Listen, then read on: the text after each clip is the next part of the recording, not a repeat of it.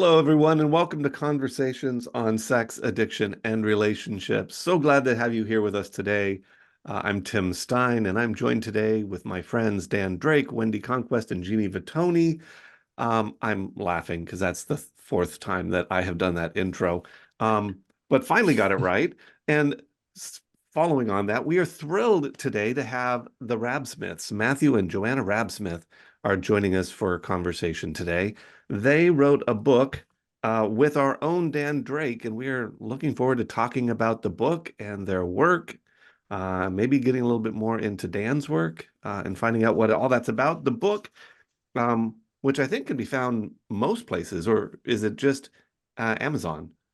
I think it can be found most places. It's called Building True Intimacy. And if you want to read the fine print under that, creating a connection that stands the test of time.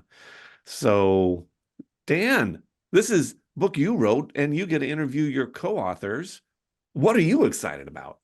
I'm excited. I'm just excited to talk about it. It's been a while since we haven't had them on before, so I'm just excited to hear kind of their take on it and the process. It's been a labor of love for many years, actually, that we were working on this thing. So I don't know. I'm just excited to see where it goes. Yeah, we're looking forward to hearing their perspective on you, quite honestly. Oh, let's hear it. Wendy, Jeannie, what are you guys looking forward to today? Well, I read the book. I had the opportunity to read the book before it went to print, and I was so impressed at how they present couples dynamics and how to work with different difficulties in coupleships. It was very refreshing. It has a lot of new perspectives. There's a lot of advice for couples on what to do and what not to do and how to manage a relationship. And they just had a very fresh perspective that I really appreciated.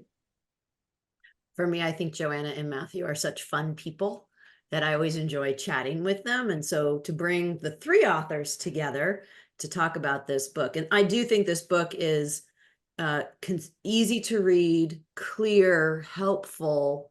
And I think both people in the coupleship can read it together and it becomes a really good dialogue. But I just enjoy Matthew and Joanna. So I say, let's bring them out and let's start talking. Yeah, I will piggyback on that. I'm looking forward to this conversation. I mean, the four of us always have so much fun together, and we really enjoy Joanna and Matthew. So I am expecting that this is going to be a fun interview. I hope it's informative as well, but I'm pretty sure it's going to be fun. Matthew, Joanna, you want to go ahead and join us? Ta-da! Ta-da! Good to be here. Welcome. No pressure. It's got to be fun. Okay. It's gonna be a blast. Got Everyone's gonna it. have a great Fun. time. We'll write that down. So just highlighting for people, Matthew and Joanna mostly work online. You can find them at raabsmithteam.com. Now, this is important. Raabsmith is spelled RAABSMITH team.com. And they do a lot of work with couples. And for some reason, they decided to write a book with Dan. So tell us the story of how this book came to be, guys, and what was the passion behind it? Yeah. Tell us the story. Girl, try Yeah. for that story. It was interesting because the kind of genesis of it was Joanna was actually on staff with Dan at Banyan, and we were signed up to give a talk in San Diego on intimacy, and we were about 2 days out, and we had nothing to present. Hadn't started yet. and in their consultation group, I think with Dan, he wrote out this intimacy pyramid kind of concept that he was thinking about, this kind of initial framework. And Joanna jotted down the note and I think asked him, hey, can we use this and use it in a talk? And so we, that weekend, actually took the pyramid, started talking about it, kind of came back to Dan and said, we love it. And the response from people was great. You know, where do we want this to go? That then took 6 years to become a book. Yes. I think we thought about a book, maybe, I don't know. We had never written, so it was kind of like iffy if we were really going to do that. We kept presenting it though at conferences and sharing it with people, and everyone kept asking, when's the book coming out? And so we finally figured out, oh yeah, we probably should do that. Yeah. So once Dan got through all of his other really important things that he was doing, he got back to us, said, "Hey, let's do this," right? And so it was really fun seeing it kind of come together. And it was in some ways that time really did help us flesh it out. I think, it helped us kind of take a very simple framework and think about, okay, what do we do to continue to build kind of a robust understanding of the couple's journey that really does have these core components, but has so much more to it. And so that time literally let us do that. It let us get feedback from other, authors and thinkers and clinicians and folks that we've had the privilege to kind of work with over the years. So, well, let's talk about that simple framework, because my understanding, this is based on Maslow's hierarchy of needs as a structure. So what is the basic framework for this guide to intimacy? And can I just ask, is this for all couples or couples with sex addiction? Is there a distinction? Yeah, I want to. So go ahead. No, go ahead, Joanna. One of the things we loved is as we were, it came out of our work with couples who've been through betrayal, but the more and more we started using it, the more and more we realized, oh, this is just how you build healthy relationship, period. Right? And the couples who have been through betrayal are really motivated to learn how to build healthy relationship, right? But we use it with every single couple we work with in our office. And we wrote the book to hopefully be accessible for every couple out there so they can learn those things. Yeah. Mm-hmm. And What are your thoughts, Dan? Yeah, no, I was just gonna say I hadn't even thought. I was only thinking, betrayal, betrayal healing. That was where the thinking came for this model to begin with. It was them. I mean, they thought, well, I think this is a framework that any couple could benefit from. And so I appreciate you guys, like, oh yeah, that actually I could see it. I think it's foundational for any couple. We take some of this stuff for granted, but I think, any couple can benefit from it. So that was helpful from you guys. Yeah. And the framework's pretty straightforward. This idea of intimacy as the goal, right? That a couple who's decided to be in a relationship, that they want to figure out what does it look like for two people to share something together, right? And to share this kind of sense of oneness and connection, right? While still staying themselves, right? Just being able to be myself, but also be in relationship. How do we get there? And so we started kind of conceptualizing what are the pieces that have to fall into place, right? For two people to be together, there needs to be vulnerability. There's risk involved, right? I'm going to lean in and not just kind of stay out and self-protect. And so that vulnerability is really kind of that piece right under intimacy, right? That to get to that oneness, we have to risk. But if we want vulnerability, that's easier said than done, right? To really be vulnerable, I need to be able to trust. I need to be able to trust the relationship. I need to be able to trust the partner. And for what we know, for those of us who work with these betrayal cases, that's really where things broke down, right? The lies, the hiddenness, the duplicity is where that trust was shattered. And so if they're going to get to that place they're desiring to be, they have to figure out how to rebuild that trust. And to do that means there's going to be some things that they have to put back. One is safety, right? The relationship has to be safe again, right? It has to be a place that they know that their partner is consistently showing up in healthy, constructive ways. That's going to allow trust to kind of get restored. And I think what Dan did so wisely when they were thinking about full disclosure and they were thinking about the kind of start of the process is, well, this all fell apart because of the lies, right? This all fell apart because of the duplicity. And so if we're going to have safety, we have to have honesty. And that's really kind of where the framework came together was if we're starting over for a couple, we've got to start with honesty, then we work on safety, we work on trust, vulnerability. That gets us to that place of intimacy we're really desiring. One thing to say on that, and I appreciate you guys helped me think through this differently. In my original framework, which you will see if you have used Janice Caudill and I's disclosure workbooks, the pyramid is in there, but you'll see at the base it says truth and not honesty. And my original framework was truth.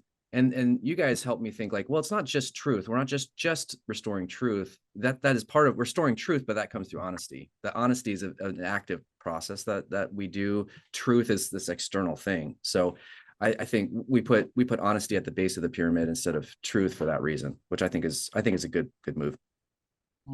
I wanted to ask about, so the way that the book is framed for those who haven't yet purchased it, it talks about these 5 building blocks and what are they and how do you build it? So what is honesty? How do you build honesty? And I felt like it was a really great roadmap. Was that purposeful? Try to make it very clear so that it's easily consumable? Or was this just your style of writing? Was there a thought process, a planning about that? Or because again, it was like, what is it? How do you do it? What is it? How you do it? And it's this beautiful recipe, which, then is magical at the top. Yeah, I think we were really lucky because we have great clients who ask good questions. And I think a lot of the things that came out of the book were our opportunity to work with couples who went, yeah, great, but how the heck do I do that? Right. And so, because we would show them the pyramid and they'd go, love it, let's do it. Right. And then they'd kind of go, but if we knew how to be honest, we'd already been honest, right? We would have already done this a long time ago. And so I think that's really where we had so much fun fleshing it out, is going, like, great concept. What's that look like? And what did that look like when I've spent a lifetime? I know, as a betraying spouse myself, as someone who works with betraying spouses, I spent a lifetime learning to lie, learning to hide, learning to deceive, and to be, to kind of operate in those shadows. So there's got to be a lot of process of re-education. Yeah. And I think one of the things that was fun for me was to think about kind of the bigger category and go, what are people missing, right? When I say honesty, I think I mean something very different than a lot of people are hearing when they think honesty, right? A lot of times they think, well, there's no active deception happening anymore, right? And I'm going, well, but there's no self-awareness. So this relationship isn't going to feel honest and open if you can't share what's really going on with you because you don't know, right? And so thinking through, how do we help people understand these levels, like Matthew's saying, like, what is this? When we say honesty, when we say safety, trust, vulnerability, these are big concepts. And, we couldn't cover everything in the book, but I think one of the things I was focused on are what are the pieces that maybe sometimes get missed. And so people get really stuck, right? If you don't understand emotional regulation and you're wondering, why do we still feel unsafe with each other? And we're constantly getting dysregulated and creating disconnection, right? Yeah, you are going to get really stuck. And so thinking through that, I think was really helpful and really fun. I really appreciate in the book that you shared some of your personal stories. And I think that that's powerful because as you're sharing your personal stories of challenge and struggle and sort of falling short, but at the same time, I mean, you guys are such a strong couple. I know you, I've chatted with you, that, and what comes forward for me is how beautiful that is to be able to say, here's where it was a struggle, and this is where we're at now, which offers hope that, things can change. Because we know that this is not for the faint of heart. That this and it's going to take time, and it's going to take patience, and it's going to take energy and focus. But there's hope. You can get there. I really appreciate that you guys were willing to do that. Yeah, we thought instead of just providing a, textbook or something, we really did want to make it vulnerable. I found myself, there are plenty of times I'm like, oh, I don't want to say something because I'm embarrassed or I feel, and it's like, but I can't, if we're trying to talk about vulnerability, I have to put it out there. So I was like, how many of those I felt so stupid with some of it, but I was like, I think it's human, and we all have. So anyway, we wanted to model vulnerability as much as we could through it. So that was not easy, but I think I know it was really important for me because then I could connect to the material differently too. Yeah. And I think it matters for people to know, like, this is the model we're using in our relationship, right? And here's how it's working. And we're not perfect, and we don't expect to ever be perfect, right? We still have moments of disconnection where safety is breaking down and we're having to repair and rebuild. And I think the more we're even honest about that offers hope for couples. Like the goal is not this perfect intimacy that's never marred by misunderstandings anymore, right? It's a very realistic picture, hopefully, as well. Matthew, I thought you were giving her a dirty look as she was saying that. I was attentively listening to my spouse. You are. But I was thinking about what you said there, Joanna, and the part of, because you don't reach the top of the pyramid and you're done, Yeah. right? There's no done here, because No. relationships just naturally don't have that. Yeah. Relationships are a living organism in their own way. Yeah. And so sometimes things are smooth and sometimes they're not. And what are some tools that we can use as we ebb and flow in these different experiences or seasons? Right. But like you said, like, we're living, sometimes things are great and sometimes they're not. And then we use our tools. Yes, 100%. So What's really fun is as you build up, you realize, oh, now we get to go back to honesty and it looks different now, right? And safety looks different now, right? And we're continually working on all of the levels kind of at the same time. One thing I thought was a good sign was, I mean, we wrote this over a number of years. So when we finally put it all together and I was reading through it kind of for review, as I was reading, I'm like, oh yeah, that's a good idea. I should do that. I need to do that more in my relationship. Oh, that's a good reminder. So we wrote the book and I still am like, oh yeah, I could do that better. I can really work on this more. And I thought that's a pretty good sign if I'm relearning things from our own book. I hope that's hopeful for people, that there's some stuff that I think any of us can implement Well, in our relationships. there's a I'm concept that definitely- Go ahead. Go ahead, Matt. Sorry, I'm curious. So, and this is the first time I've met you, so it's hello. Oh. And so, and Matthew, I think I just heard, did I hear you say that you were a betrayer? Did I hear? So are you in recovery for sex Yeah. addiction?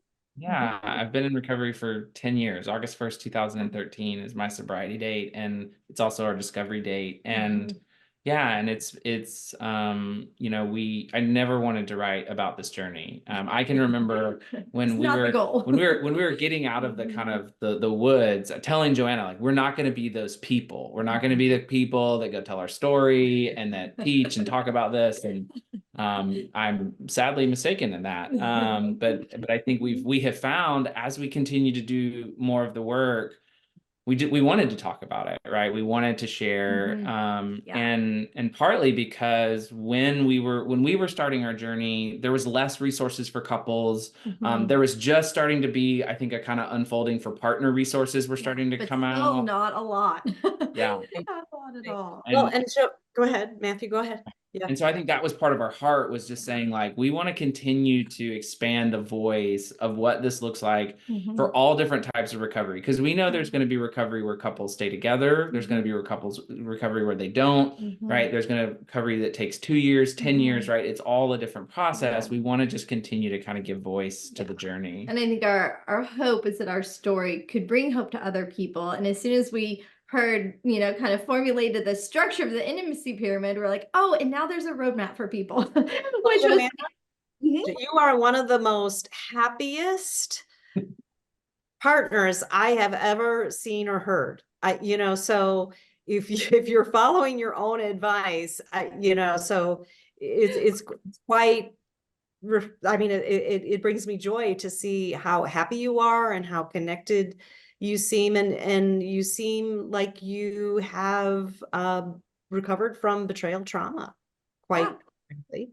it was, when discovery happened and everything was shattering and falling down around us, we did not have a lot of relational tools at the time, so we didn't really talk about it. But I think we were on the same page of, if we're going to go through this and we're going to do this hard work, it better be for something so incredible that it's worth all of this, right? And so I don't just want what I thought we had. I expect something way better. And so we continued fighting and searching and getting the resources we needed to help support that journey, right? We did not give up. We did not quit. And our hope was to make that easier for couples in the future that we could work with, right? Kind of giving them the roadmap, giving them the resources, there is hope, and it's going to be a little easier on you than it was on us, because of the work we're doing. Yeah. That's incredible. Well, I certainly appreciate all the pain you went through, and then the healing around that now is going to benefit, hundreds or thousands of people. So fantastic. I'm curious. So and actually this is for any of you, what are some common roadblocks that you run into with couples that are trying to sort of heal from betrayal or just sort of like build intimacy in their relationship? And how do you address those roadblocks in this model? Yeah. I can maybe start, I think, because we've started to see more and more of these couples. One of the places we're seeing couples get stuck is kind of in like second level recovery. There are a lot of really good resources for that kind of early safety stabilization phase, and that like kind of, okay, how do we stop the addiction? How do we address this betrayal trauma, right? And the triggers for the partner, you know, and so I think full disclosure work that Dan and Janice have done have really helped in that. And you know, the work that CSATs and ABSAT, you know, coaches and clinicians are doing to really stabilize each person in the relationship is been really helpful. What we found though is that rebuilding trust work, that kind of restoration phase of that journey is really tough. And it's tough because there's significant change in that, you know, there's usually some significant change in the addict and the betrayer, but there's enough pieces of kind of that old self sometimes lingering around that are not, it's not addiction, but it's still kind of tied into it. And like I said, kind of like I mentioned, I was trained for years, you know, with my own actions and with the lessons that I got to kind of stay hidden, to not talk about things, right? To avoid conflict.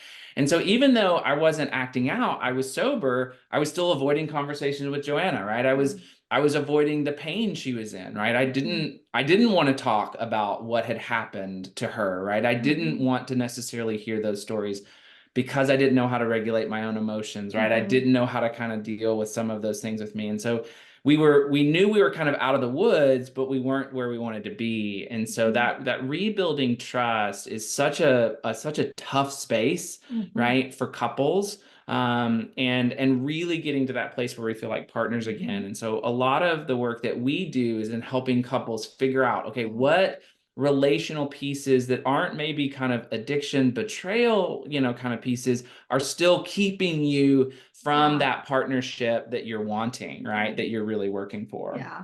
And one of the things that comes up a lot, like Matthew's saying, sometimes we'll get a lot of these kind of second level recovery couples. They've done a lot of work already. Then they're coming to us a lot of times because they have heard us talk about our relationship and they go, wait, that's what we wanted, but we don't have that yet. So, okay, help us understand where we're getting stuck. And another really common area is in that safety stage around regulation, right? So a lot of times the really destructive kind of addictive behaviors have stopped, but there's not this kind of self-awareness and ability to self-regulate. And so I'll work with the partner and they'll go, I don't feel safe, but I'm not totally sure why. They've been sober for so many years. There's a lot of growth, right? But what she might be picking up on is a lot of anxiety around work from her partner, right? And her brain goes, well, I know before when you would get really anxious and stressed, you would go act out. And so now that is like the first red flag I see that goes, you're not safe. And so we help them understand it's not just your ability to get sober, right? It's your ability to be self-aware and demonstrate that you can reliably self-regulate and care for yourself in ways that guarantee you can make consistent, healthy, safe decisions for your relationship and for your family. And so just helping them gain better awareness around where are the areas they are struggling to manage their emotions still, and it's coming out in either subtly destructive ways or sometimes overt, right? Through shutting down, withdrawing, you know, feeling overwhelmed, maybe getting more angry, defensive, things like that. Learning to identify some of those cycles that are still breaking down the safety of the relationship. And those are the kinds of things that for some folks who don't have sex addiction or betrayal in their relationship, those things are still going on. 100%. That's self-protection, or I don't know how to cope and I'm stressed out with this, or I'm fearful about that, but I don't know how to share it. And that gets kind of stuck between the couple. You've got the person, you've got the issue, and you've got the person. And so again, this is why I like this book for all couples, because it's really good, a self-analysis. Where are our strengths and where are some of the things we need to improve? So I like exactly what you were saying, Joanna. You know, where is that safety piece? And for other folks, it may not translate to safety, but it may translate to this emotional safety of we're not in connection. Absolutely. Therefore, what is going on here? Absolutely. Dan, What's your favorite part of the book? What do you find most helpful? Or what are you most proud about having put in there? Well, probably the sections I wrote. I'm just kidding. Well said, sir. Well said. That's a good question. The sections Dan wrote are exceptionally really good. Wow. You know, I think I'm most proud of the things I like. I think the way we really tried to define these things. These are difficult. They're simple. So on the one hand, it's very simple. It's a very simple structure, but trying to define it, I think so. The definitions, the kind of concrete examples we give. The way.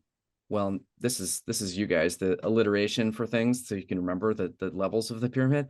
I just think I'm proud that it's simple, and I don't think we didn't overcomplicate it either. I think so. I think that's something that's digestible and it's practical. So I'm most excited about that. I think it's relatable, and any of us, I think, could benefit, whether you're in a relationship or not. I mean, if you're single too, I think you can. Great. Let's learn some tools so that if you do want to be in a relationship in the future, should build it in a healthier way to start, so that hopefully we don't end up with some of our clients, that have ended up with secrecy and lies and betrayal. So, yeah. Is there one particular level of this intimacy pyramid that tends to trip people up, or is it very much dependent upon the people or the couple? Well, I was going to say, for me, a barrier I see is later on. I think vulnerability is another section that's for many of my couples. Some people struggle early, but there's a big struggle I have, especially with couples dealing with betrayal. That vulnerability, it's almost like couples do some good work, and they may have been on the road, on the journey for a while, but there's just like walls have been built up. They're protective walls that needed to be there, and especially on the partner side, they needed to be there for safety and for protection. The problem, though, there's like almost no. Some couples, like they don't get those walls taken down, so then it's really hard to build more intimacy. So they sometimes live as glorified roommates, or they have a companionship, but there's just not the rebuilding of something more. So I think doing that grief work and helping the couples journey through grief together, and then rebuild from there, I think it's really difficult and painful and scary. But when I see those couples do that work, it's really beautiful to watch them and guide them through it. I see people stuck there. In our culture, we really struggle with that. I mean, it's very common that as individuals, if we are vulnerable, we see that as a sign of weakness. And yet when we see that vulnerability in other people, we see it as such a huge act of courage. So in your book, when you're talking about this, and when you're working with couples, how do you help them get over their fear of vulnerability or their resistance to vulnerability? What's the answer? Yes. Well, just on that note, so I was the one that started I started writing the vulnerability chapter, and I was like, let me just look at Merriam-Webster, the definition of vulnerability, and there were two, but the number one that I'm going to remember, it's something like susceptibility to attack is vulnerable. That when you look up the definition of vulnerability, and I'm like, that doesn't sound too good, but I think in a lot of ways that is what true intimacy is. I think I might have even said it in there. Nobody can hurt me as much as my wife can, my partner can, because she knows the good, the bad, the ugly. I've been vulnerable. I've opened up. She knows all of me, and yet the beauty is she chooses not to harm me with. I'm susceptible to attack on some level, but there's a foundation of all the other pieces built. So we have that kind of a relationship where she doesn't attack me with that, and we actually can use that. I know the same things for her. So, I mean, what's the answer? I think susceptibility to attack without the bottom pieces of the pyramid is really bad. It's really scary. So I think there's not one answer, but I really think there's a reason why there's 3 levels, but below vulnerability. And we don't just start with vulnerability. We start with really building, honesty, safety, trust first. One of the things we'll sometimes talk about is, in a betrayal couple, the dynamic has been for so many years, one person showing up, oftentimes being vulnerable, not realizing that vulnerability is not being met by their spouse because of the lies, because of the deception, right? And so when it comes out, that vulnerability feels almost foolish to put back in again, right? And so one of the things we'll sometimes do with couples kind of practically is say there's an expectation on the betraying spouse to lead the way in the vulnerability of the couple, to demonstrate that they are finally ready and willing to put that into the relationship, right? That's a really important part of establishing that safety for that other spouse to then make the empowered choice to step back in that way. But that oftentimes is helpful. And there's a challenge there though, right? Because one of the spouses is really good at vulnerability or knows how to do that, and the other spouse usually has zero skills in that. And so there is a period of that. For those that of you who can't see, Matthew spouse. just raised his hand. There's got to be a period. Sometimes I have to work with partners going, you need to let go and step back. I know it's really hard for you to, and you don't want to, but you have to make space for your spouse to learn how to do vulnerability. And we oftentimes encourage them to be parts of groups where they can practice it, right? So they're not just trying to do it with that person that they harmed, right? They're working in other places to gain this skill of vulnerability so they can start putting in nurturing the relationship in that way. And this is where I think the individual recovery comes in, because part of my journey was to join a 12-step program, right? I went to SA and I was a part of that Sexaholics Anonymous group. And I was able to, part of the first step is to just be honest that I have a problem, right? That I have this habituation to do this thing over and over and over, and I've not been able to stop that, right? So that place of individual honesty and being vulnerable with those people in my group, right, helped me to learn how to then be vulnerable in a relationship where there was a lot on the line. And part of that vulnerability was accepting that part of my role in this relationship had been to betray, right? I think a lot of betraying spouses want that kind of extinguished from the record, right? I want to live in a relationship where that didn't happen, rather than being at peace, knowing that that is what happened. It's just not all of my story. It's not all of our story. And so kind of that vulnerability of stepping into the relationship saying, I know what I've done. I know the impact that it's caused. And I also know there's more to the story than that, right? And so I'm leaning in with you. I'm leaning in the process in which we grieve what happened to us, right? We grieve the things that took place so that we get to live a different future, right? And so, but I think those individual journeys still matter, right? And that's where we use a lot of those pieces and resources to come in later to say, okay, I know what it's like to risk, but to risk in safe community. If we've built this the right way, if we've built those bottom levels of honesty, safety, and trust, then I can feel more confident, right, being vulnerable in this space too. This is reminding me of a different episode we did about what is good recovery and such. And there's that power of group. Yeah. Because if group is a place that you can perhaps practice that vulnerability, watch other people practice that vulnerability, and then take the skill over to your relationship. Yeah. Right. Because that's where your life sustaining relationship, the one that you are trying to heal and repair, is to take those skills over there. But group is a really safe place, whether group therapy or community or 12-step, to practice and to watch other people practice. Because we learn so much when we're watching someone else try. Right? There's a little self-protection in that. But group also requires stepping into that scary space and also doing your check-in and your own share. And then take those skills back to the relationship and initiate those conversations with the betrayed partner. Yeah, and I was going to say, just for the a comment for the betrayed partner, for anyone listening, sometimes I've seen some of my clients think vulnerability is binary, like it's either it's all or nothing, and I don't think it necessarily is. So sometimes I'll put it on a continuum, like let's from 0 to 100.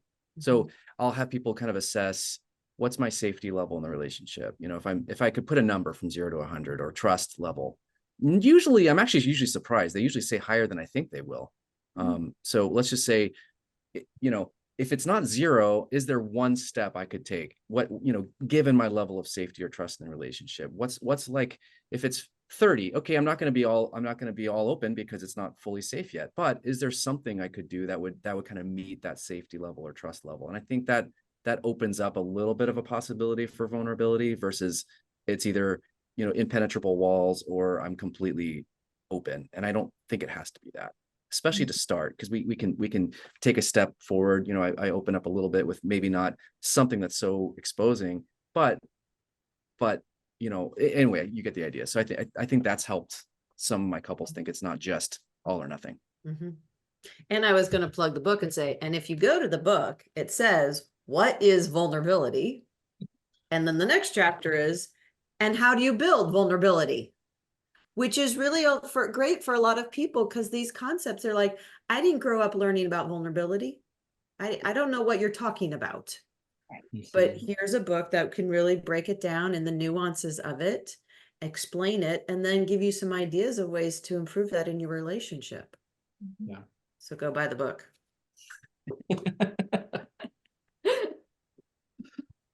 What's one more thing that you guys, I want to come back to Tim's question, a piece that you're proud of or really passionate of. Is there something that really in particular for each of you, Joanna, Matthew? I think I'm proud of, honestly, the work that we got to do together. It was a little daunting to try to write a book with 3 people. Obviously Joanna and I and our Me being your plus one. Third wheel. Yeah, you said it, not us. And we even debated about like what's the best way to do this? How do we try to write a cohesive, narrative and story, but also bring in different perspectives? Yeah. And I think that it was fun to do that because that's part of relationship. Relationship isn't about this kind of mono perspective that we both have to attain to, right? We argued and we chewed and we debated in our conversations about like, what is this and how would we do this? And so the fact that it actually ended up as a unified whole, the editors help with that, right? And kind of putting some of those pieces together. But that was probably what I was most proud of, right? That it wasn't a single voice, that we actually got to bring in a collection of voices. Joanna's voice as a betrayed partner, right? Voices of those who've betrayed a relationship, voices of professionals, who've worked with clients and who've been in the room in tough spaces.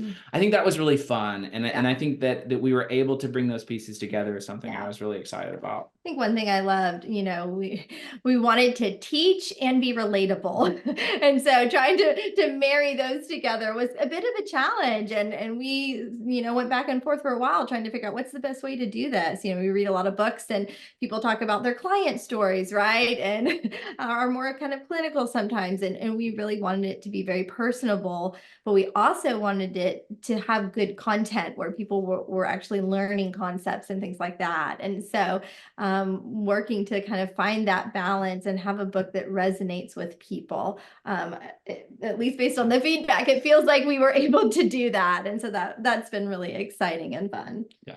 That's a good point. I forgot we had initially, kind of created model couples that we were going to walk through this with.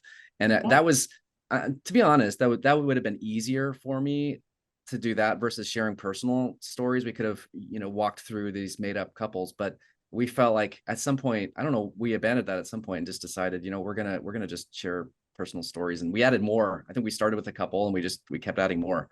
So.